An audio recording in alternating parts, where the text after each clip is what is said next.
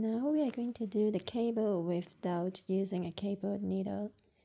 First, slip my first stitch and purl the first stitch.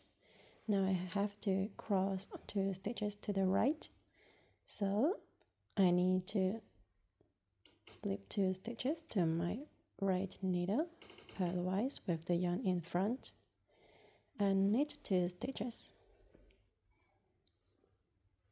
Now with the tip of my left needle, I transfer back the 2 stitches at the beginning to the left needle. Here I've got them. So now I release all 4 stitches and quickly pick up the front 2 stitches. And now I'm ready to knit the 2 stitches. And so this is how I work the cable without using a cable needle. We do it once more. First slip 1 stitch, purl the first stitch. And now slip 2 stitches purlwise with the yarn in front.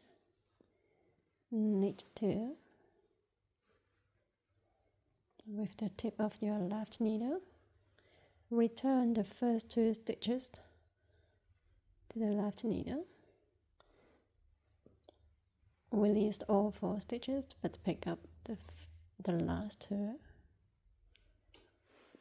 and knit 2